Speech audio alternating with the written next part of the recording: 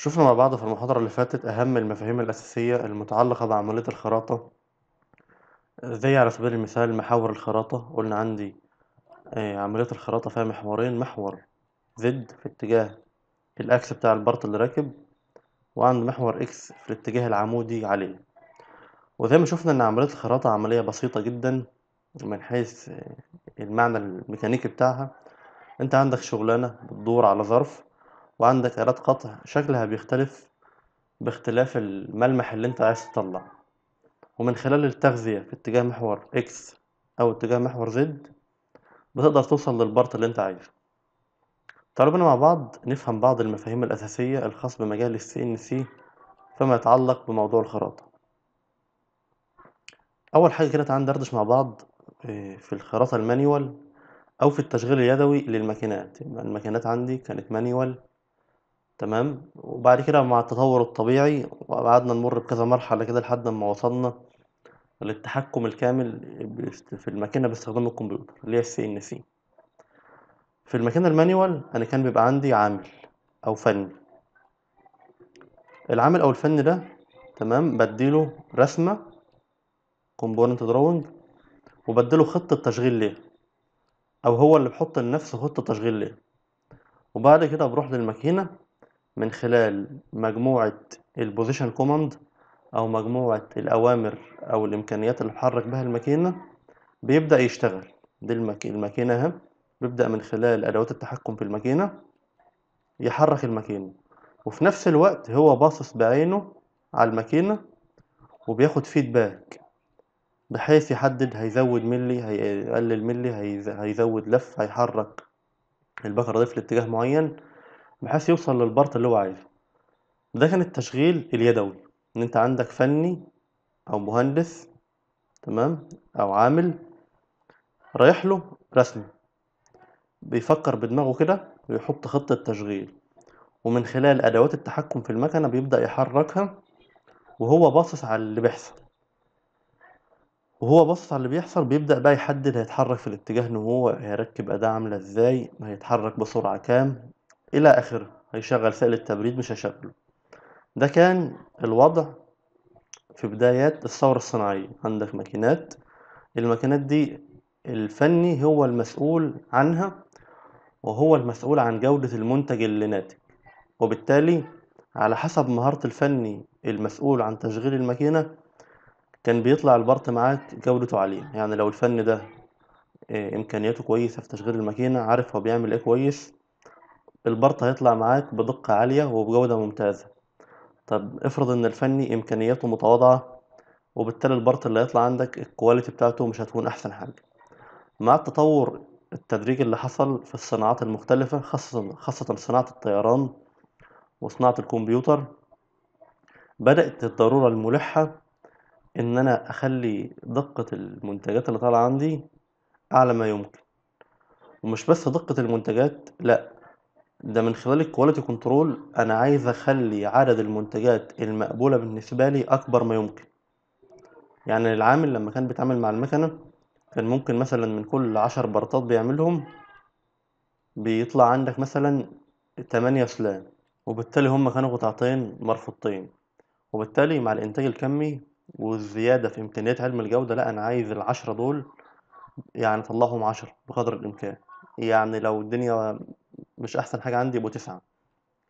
فلذلك مع التطور الرهيب اللي حصل، تمام، بدأت الضرورة الملحة إن أنا لأ، أتجنب بقدر الإمكان العامل البشري. يعني اللي عندك مكنة فيها بكرات فيها زراير، يعني لو العامل كده قرص على البكرة سنة، تمام، ممكن يحصل معاك مشكلة في الشغلانة.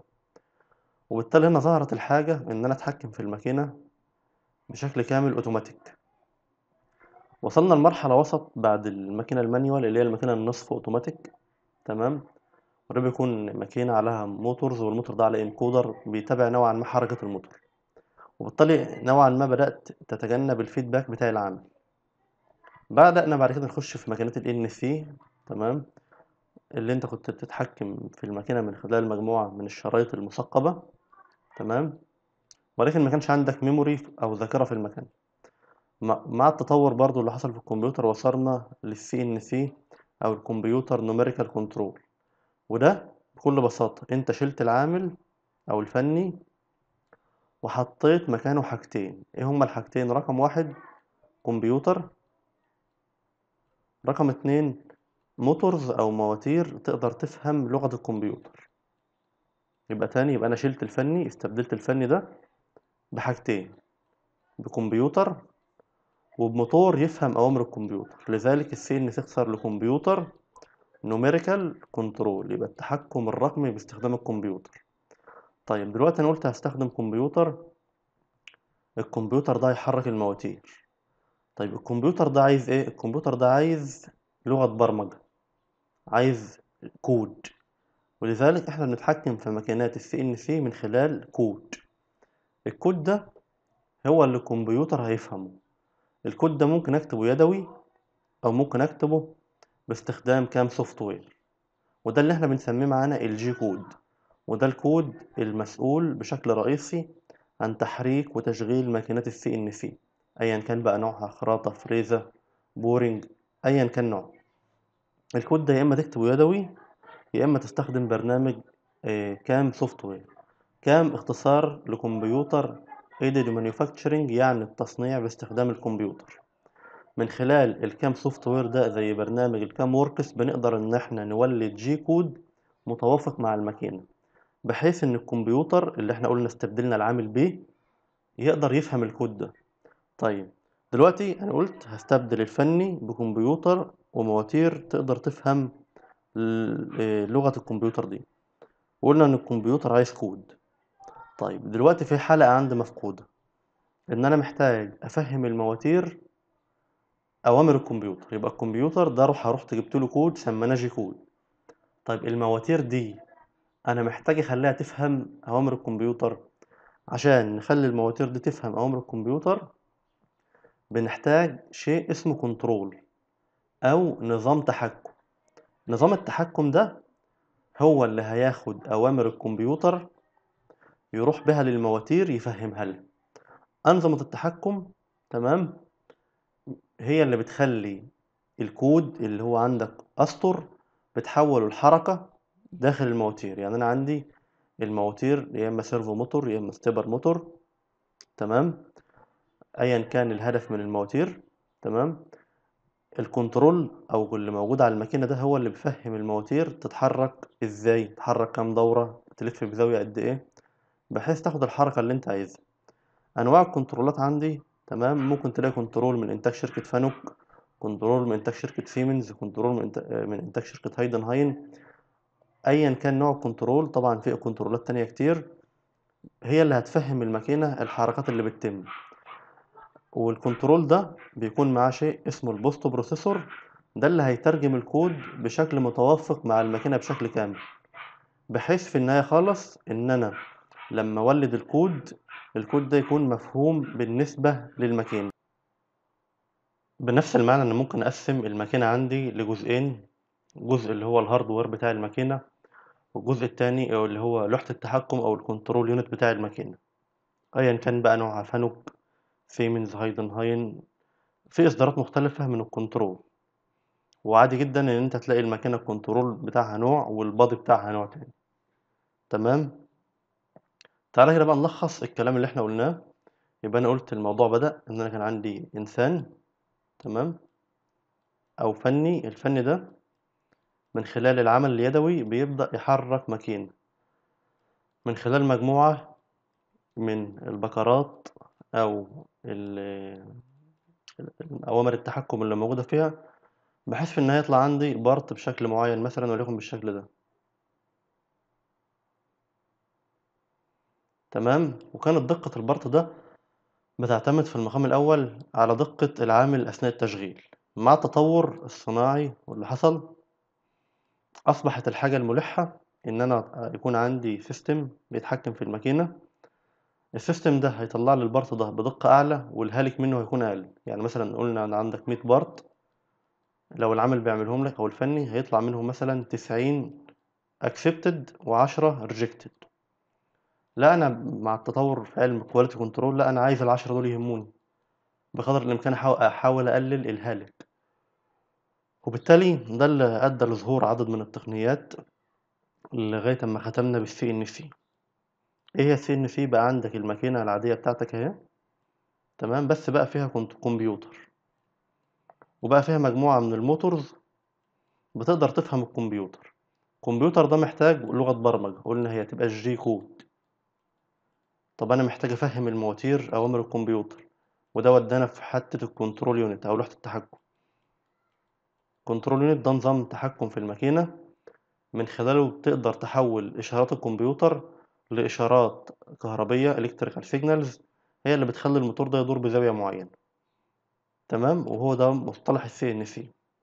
يبقى سي ان سي اختصار لكمبيوتر نوميريكال كنترول. تمام تمام. وقلنا ان الكود ده ممكن اطلعه كتابة او اكتب فيه يدوي، او من خلال كام سوفت وير، كام اختصار لكمبيوتر ايدد مانيفاكتشرنج، اللي هو عملية التصنيع بمساعدة الكمبيوتر. الكمبيوتر بيساعدني في عملية التصنيع اللي بتتم عندي. طب تعالى كده نشوف نكتب ازاي برنامج بسيط لإنتاج بارت عندي. يعني خلينا نفترض ان انا عندي بارت، تمام، بالصورة دي. تمام،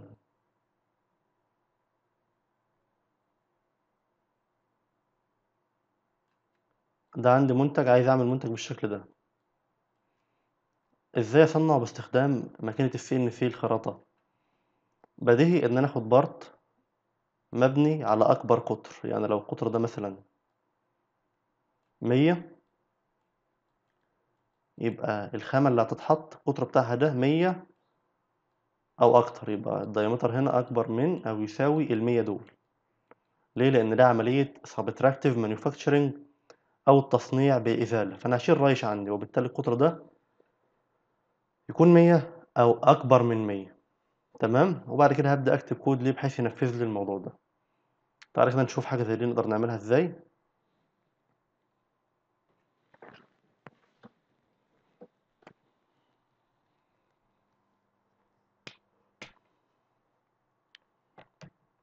ده البارت اللي موجود عندي اهو.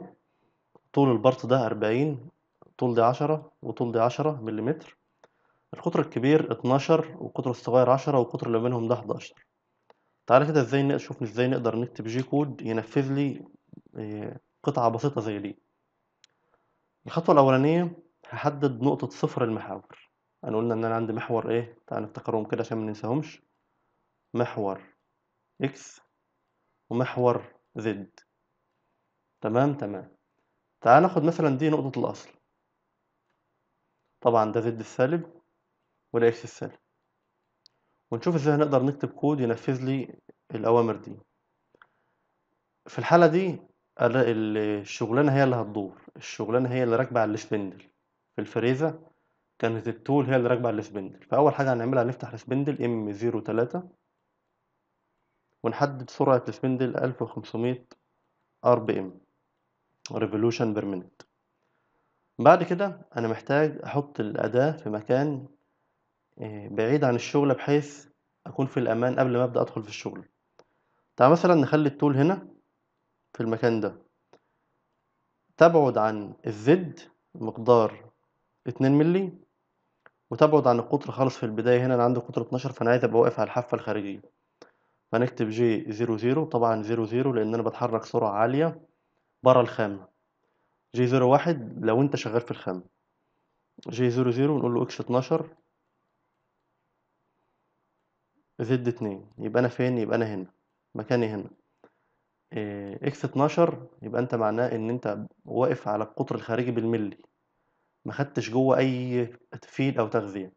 زد 2 ده معناه إن أنت بره هنا بمقدار 2 مللي أهو، أنت هنا حاليا أهو، رد القطع هنا أهو. تمام تمام.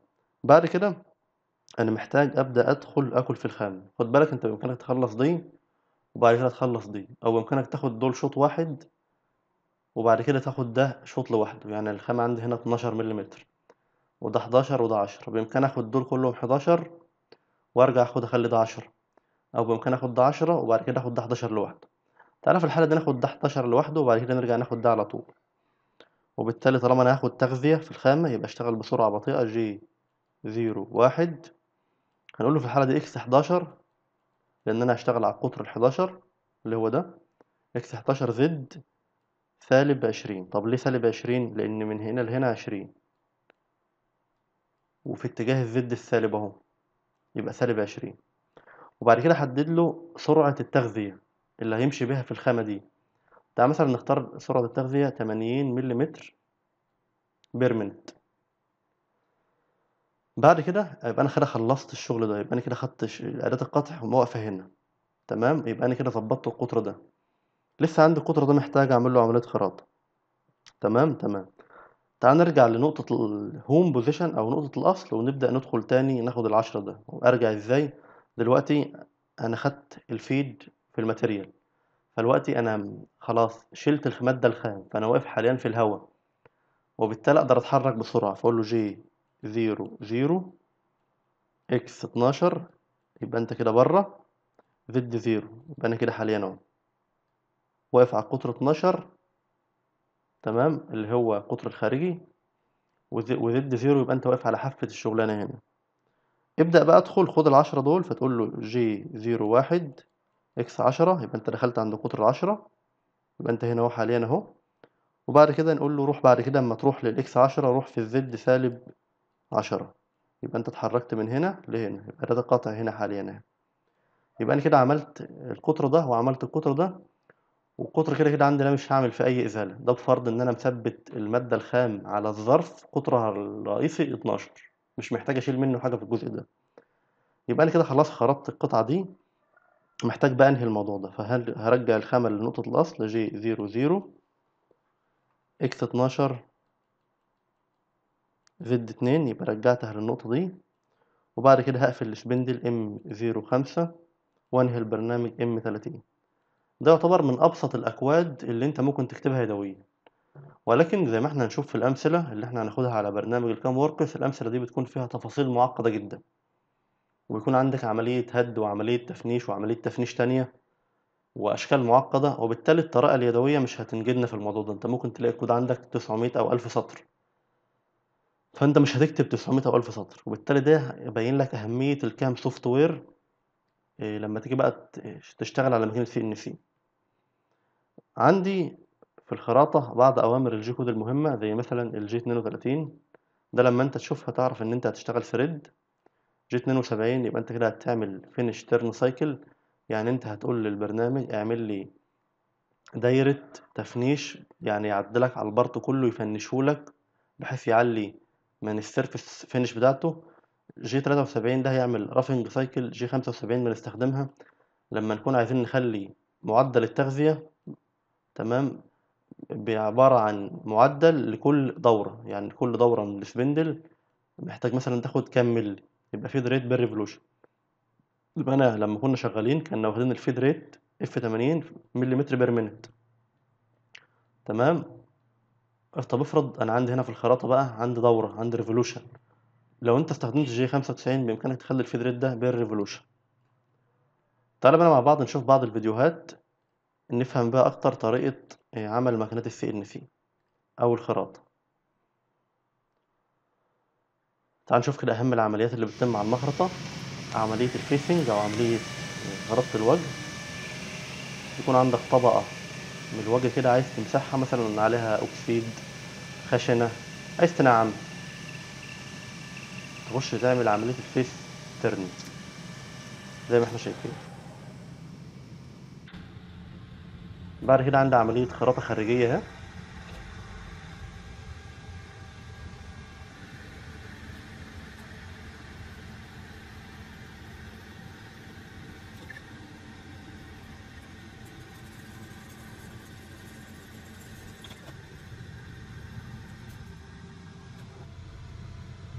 دي بقى بعمل عم بروفايل بشكل معين، بعمل إطار بشكل معين، بروفايلنج.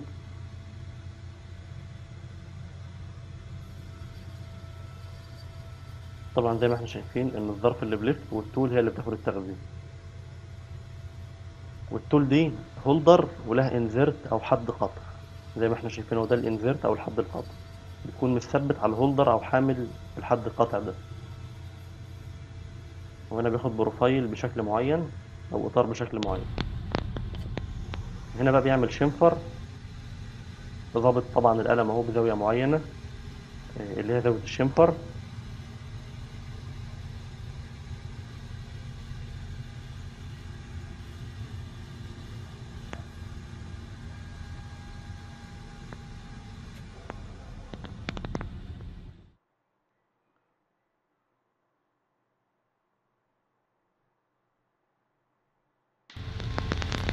بعد كده بيبدأ يعمل عملية بارتنج أو عملية فصل للجزء ده عن بقية الخان. يبقى أنا كنت بعمل بروفايل هنا أو إطار معين ومثبت على الظرف من حتة، لا أنا عايز أفصل بقى الحتة اللي أنا هستخدمها عن الجزء اللي أنا كنت مثبت منه ده، بحيث إن آخد الجزء ده أستفاد منه بأي شكل أنا عايزه. فبعمل عملية بارتنج أو فصل باستخدام العدة اللي هي بيكون سمكها قليل، بحيث تدخل تفصل لي الجزء ده عن الجزء ده.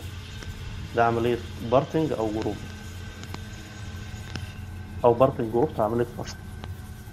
زي ما احنا شايفين اهو، فصلت الخامة بتاعتك من الجزء التاني. ده عملية ألوظة أو عملية ثريد، بيفتح الألوظة اهو، عملية ثريدنج، سواء كان باب واحد أو بابين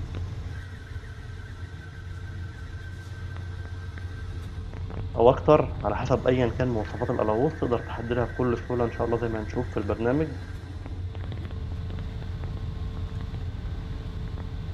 هو بيجرب الألوظ اللي هو عمله اهو. تمام، الدنيا معانا تمام في الألوظ اللي احنا عملناه.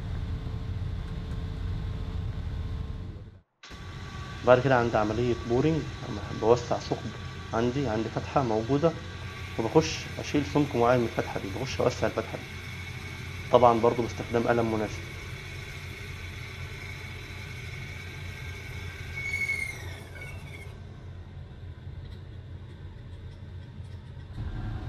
عندي عملية دريلينج أو عملية ثقب بقى. طبعا أنت ليك طريقة معينة في الدخول والخروج، بحيث إن أنت تشيل الريش اللي اتكون عندك جوه الفتحة، تمام، وما يحصلش عندك بيلت اب ايدج للتول، ما يحصلش عندك تراكم للريش جوه، لأن لو الريش تراكم عندك جوه الفتحة هيطلع لك الفينش بتاعها سيء جدا، وممكن يعمل لك مشاكل في البارت نفسه أو التول. فلذلك هتلاحظ إن هو بيرتد أثناء عملية الصقب، بيدخل وبعد كده يطلع ينفض الريش ويرجع تاني، حتى يحافظ على درجة حرارة التول ما ترتفعش. ده عملية النيرلينج، بيخشن بيها جزء معين، مثلا هتركب عليه سير، هتركب على أي شيء، تمام، ده بارت مثلا هيتمسك بإيد، فمحتاج أنت تخشن السطح ده بحيث لو حد مسكه يقدر يلفه يمين وشمال من غير ما يحصل أي انزلاق فيه. أو حتى لو أنت هتركب عليه سير، السير ده يتعشق بشكل سليم، ما يحصلش انزلاق عليه أثناء عملية الحركة. تعالى كده بقى نشوف مخرطة سي إن سي أهي، مخرطة سي إن سي طبعا شغال ب 3000 ار بي ام، وشغال بالفيد ريت بالريفولوشن، زي ما احنا شفنا ازاي نحوله بالريفولوشن من شويه. بيعمل عمليه مسح للوجه، وبعد كده شغال هو بانزرت او حد قاطع 55 درجه. طبعا احنا هنشوف ازاي في البرنامج ازاي نتحكم في خواص الانزرت ده، سواء زاويته او الماده الخام بتاعته او شكله.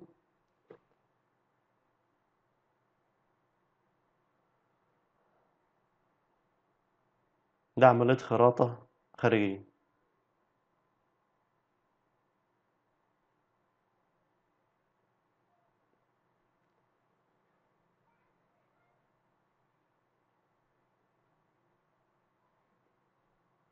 بعد كده هو بيعمل ثقب.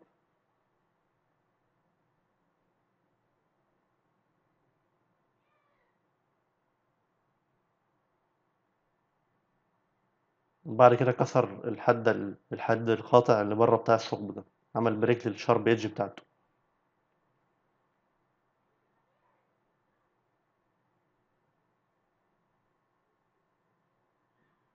غير آلات القطع وراح بقى يعمل الألووز اللي موجود عنده. طبعا في الألووز محددين له البيتش، تمام، ومحددين له الهايت والسمك، ونقدر نحدد له كل تفاصيل الألووز اللي عندك تقدر تحددها، سواء كنت واخدها من جدول أو كنت واخدها من اللايبراري بتاع البرنامج. خلص الشغلانة اللي عندك هيبدأ يفصل الجزء ده عن الجزء اللي ثابت في الظرف، بحيث إن احنا ناخد الجزء ده نستفاد بيه. ولكن هتلاحظ إن الجزء ده فيه ألووز، فلو أنت فصلته بشكل كامل، القلاووز ده لو وقع على الريش ممكن يحصل فيه مشكلة، يبوظ القلاووز، يخشن، وبالتالي في الحالة دي لما نيجي نفصل ما بنفصلش بشكل كامل، بنفصل ونخلي الجزء متعلق على شعرة بسيطة، بحيث إن إحنا بعد كده نقدر نشيله إحنا ونفنشه على جزء تاني، بحيث إن أنا ما أوقعش القلاووز على الرايش عشان ما يحصلش فيه مشكلة، لأن أنا يهمني جدا القلاووز يكون طالع بجودة كويسة. وبعد كده رحت للمكان الهوم بتاع التول، اللي أنا في نهاية البرنامج بقول للتول روحي في مكان معين أقفي فيه. بعد كده خد بالك بعد ما أخلص البارت قام فاكك البارت ده ولفه وحطه على كولت عشان يعمل عمليات تشغيل على الجزء التاني فيه. يبقى هو خد بالك هنا كان مثبت من جزء، خلص شغل على جزء ولف وثبت منه بحيث يكمل شغل على الجزء التاني. يبقى انت في الحالة دي عامل برنامج للجزء اللي ورا ده وعامل برنامج للجزء اللي قدام، بحيث ان في عمليات هتتم على الجزئين. برضه هنا هيعمل ألوظ اهو، ثريد تكنيك او ثريد اوبريشن.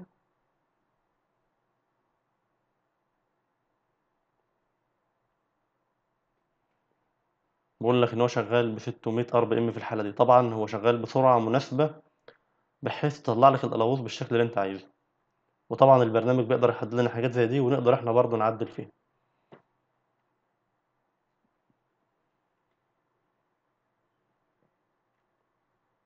بعد كده هو بيعمل ثقب داخل الجزء ده،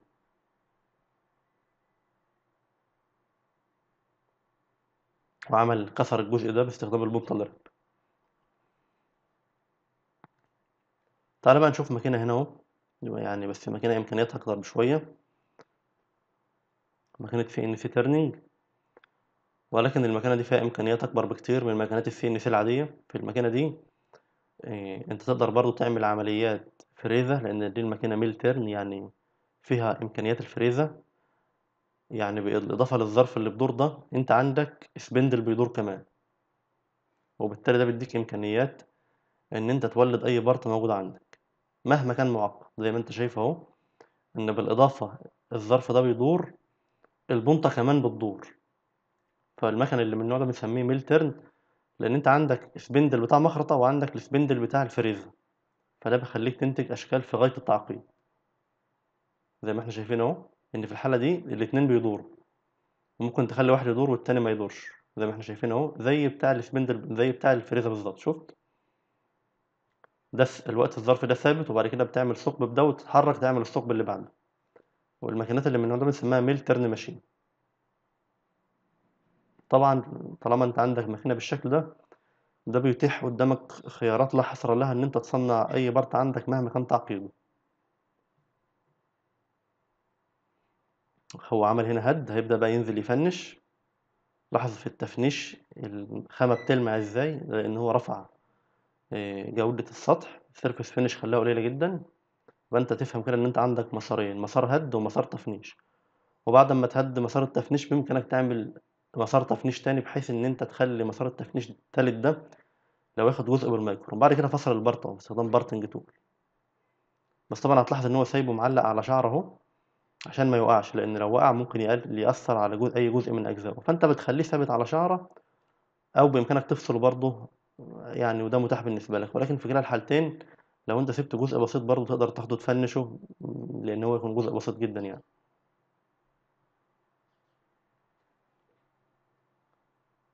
تعالى بقى نشوف ماكينه، بس ماكينه رهيبه شويه بقى، ماكينه دي ام جي موري. طبعا امكانيات لا حصر لها. انت الماكينه دي اساسا ممكن تلاقي فيها روبوت ارم هو اللي بيعمل كل حاجه. يعني روبوت ارم هو اللي بيروح ياخد الخامه ويركبها ويعمل كل حاجه.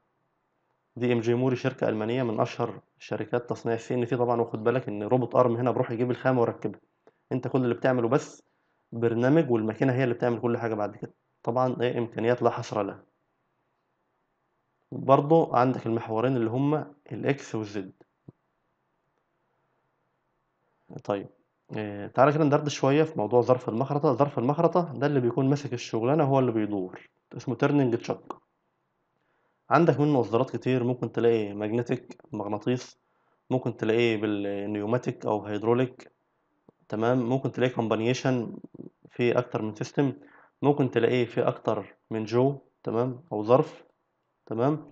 في منه اصدارات مختلفة، ممكن تلاقي دريل تشاك بالشكل ده، في منه إصدارات مختلفة سواء من حجمه، من عدد الأظرف اللي موجودة فيه، من طريقة قفله على المشغولة. وطبعا انت من خلال قطر المشغولة والمادة الخام بتقدر تحدد القوة اللي هتضغط بيها على الخامة دي، بحيث ان انت تحاول بقدر الامكان ما تخليش شكلها يتأثر. يعني انت عندك الخامة دايرة، لو انت ضغطت عليها بشكل كبير ممكن تخلي جزء منها بيضاوي شوية. وبالتالي انت مهم جدا تحدد الكلامبنج فورس بشكل مناسب. طبعا بيبقى لها جداول بناء على قطر الخامة والمادة الخام، وكل ده تقدر تحدده على الماكينة وانت واقف.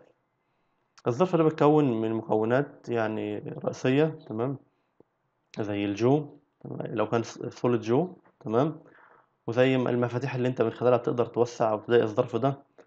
وطبعا لو انت عندك ماكينة سي ان سي، هي المكنة اوتوماتيك هتتحكم في الموضوع ده سواء هيدروليك او نيوماتيك. تعالى كده مع بعض نشوف الفيديو ده. زي ما قلنا ان انا عندي في ماكينات السي ان سي محورين فقط لا غير، زد واكس. ولكن احيانا هتلاقينا بنقول مصطلح ماكينة 4 محاور. طب ايه ماكينة ال4 محاور دي؟ مش انا عندي محورين بس؟ اه، هم مازال محورين، ولكن انت بقى عندك ظرف تاني. فطالما بقى عندك ظرف تاني، فبقى عندك محورين تانيين اللي هم زد واكس تانيين. فزد واكس على ظرف، وزد واكس على ظرف، وفي الحالة دي بنسميها 4 محاور، ماكينة خراطة 4 محاور. ال4 محاور دول جم منين؟ ان انت زودت كمان محورين زد واكس، بتشتغل على ظرف معين، وبعد ما الشغل يتم على الظرف ده بتقوم واخده ورايح للظرف التاني. يبقى انا خلصت شغل على الظرف ده، اوتوماتيك الظرف التاني بيروح ياخد الخامة ويكمل شغل عليها. يبقى انت كده عندك كمان محورين، وبالتالي دي ماكينة ال4 محاور. وبكده بفضل الله نكون خدنا نبذة عن أهم المفاهيم الأساسية اللي احنا هنحتاج نفهمها عشان نقدر نتعامل مع البرنامج بشكل احترافي.